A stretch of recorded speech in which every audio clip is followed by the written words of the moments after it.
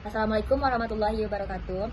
Perkenalkan, nama saya Ferlita Angelika dengan NIM 2248201204. Saya akan mempresentasikan tugas saya, yaitu teknologi bahan alam yang berjudul ekstraksi minyak sirih. Definisi minyak sirih: zat berbau khas dari tanaman, mudah menguap di suhu kamar, disebut juga minyak esensial, eteris atau menguap. Ciri utama minyak sirih: yang pertama, cairan pada suhu ruang, mudah menguap, menghasilkan aroma khas. Yang selanjutnya, kandungan minyak sirih, yaitu yang pertama terdiri dari campuran berbagai senyawa, beberapa bersifat tidak stabil terhadap suhu tinggi. Metode minyak sirih: yang pertama, destilasi, air uap atau uap. Yang pertama, tahapan: persiapan, pemanasan, pemisahan. Kelebihan: kecepatan, teknologi sederhana, pemisahan mudah. Yang selanjutnya, kelemahan: senyawa mudah rusak karena panas. Yang kedua, pres atau tekanan. Yang pertama, tahapan: persiapan, pengepresan, pemisahan. Yang kedua, kelebihan: senyawa tidak rusak karena panas, teknologi sederhana. Yang selanjutnya, kelemahannya: waktu lama, pemisahannya sulit. Yang ketiga, pelarut organik. Tahapannya yaitu persiapan, ekstraksi, pemisahan. Kelebihannya cepat, senyawa tidak mudah rusak. Dan yang kelemahannya mahal, pemisahannya sulit. Yang selanjutnya, enflaurasi. Tahapannya persiapan, ekstraksi, pemisahan.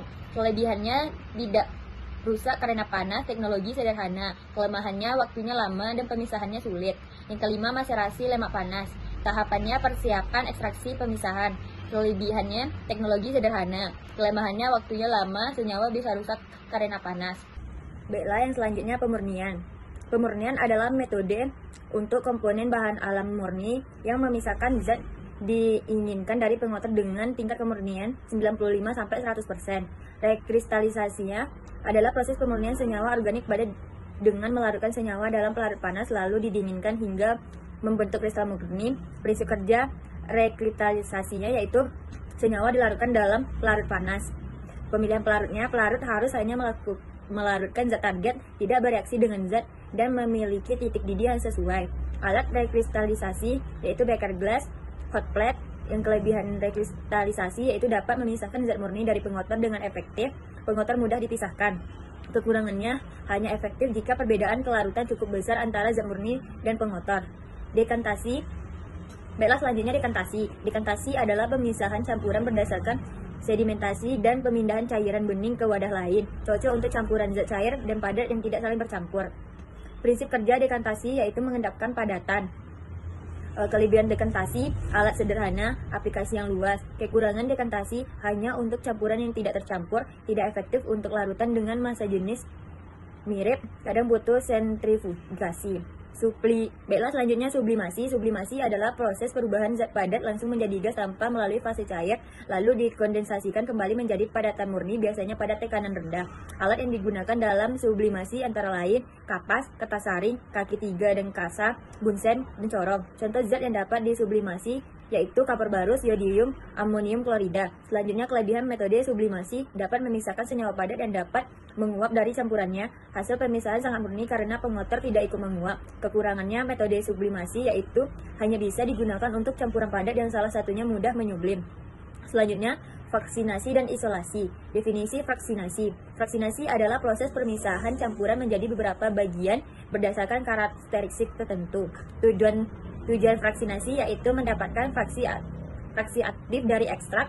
Yang kedua, isolasi senyawa metabolik sekunder tunggal. Metode vaksinasi yaitu ekstraksi cair-cair berdasarkan perbedaan polaritas melibatkan dua pelarut tak bercampur. Misalnya, air dan etil asetat. Selanjutnya, kromatografi. Yang pertama, fase gerak dan fase diam. Yaitu yang pertama gas, yang kedua cair, yang ketiga padat. Selanjutnya, mekanismenya terbagi menjadi partisi dan absorpsi, ekstraklusi atau pertukaran ion.